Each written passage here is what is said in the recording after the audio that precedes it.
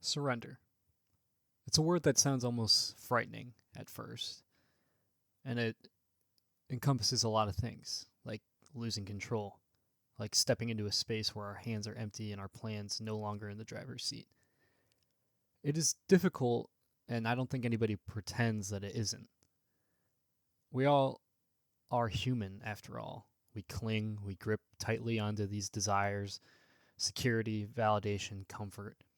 And yet God asks us, not harshly but lovingly, to loosen that grip, to make way for His grace. And that's easier said than done, right? We've all heard that a million times. And it almost seems unfair to ask someone to give up the world while they're still learning how to walk in it.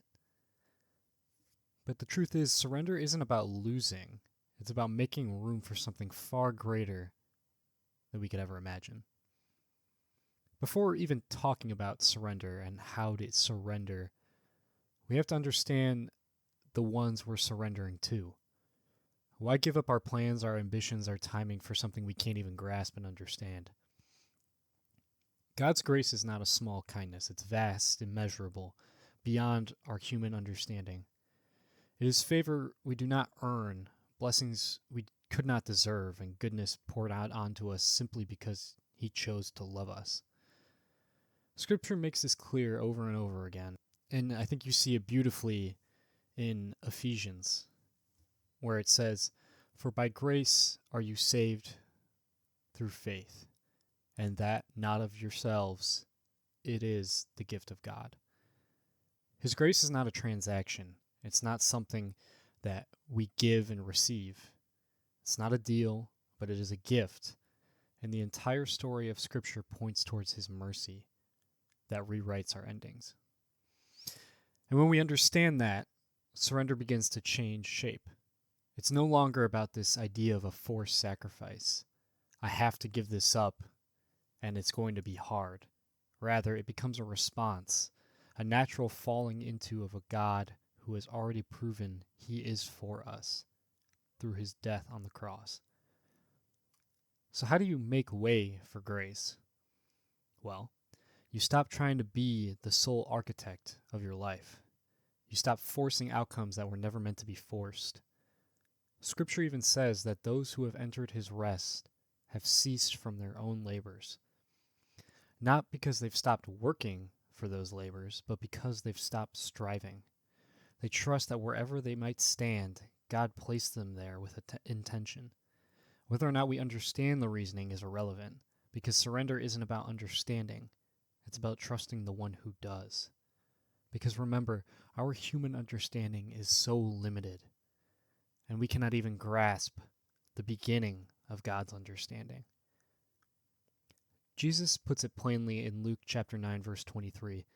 "If any man will come after me, let him deny himself, and take up his cross daily, and follow me."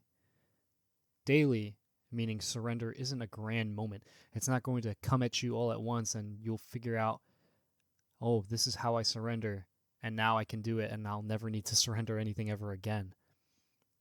It's a kind of rhythm, a posture, a quiet everyday choice to loosen your grip on what doesn't matter, so you can hold tightly to what does. And in Luke chapter 14, verse 27, he also adds, "Whoever does not bear his cross and come after me cannot be my disciple." He's not demanding your perfection, but he's asking you to try every day. And he knows you're going to wrestle with this. He knows you're going to struggle. He knows we're going to slip back into old patterns. But in every relationship, the heart behind the effort matters. God isn't asking you to transform overnight. He's asking you to walk with Him honestly and consistently. It's okay to struggle. It's okay to not know everything. You don't need a perfect record to be loved by God. You don't need all the answers to be held by Him. What you do need, though, is what surrender requires: willingness. The willingness to lay down what distracts you. The willingness to ask God, why do I deserve this so much? The willingness to step back when something pulls you away from Him. Surrender isn't the extinguishing of desire and everything you've ever wanted.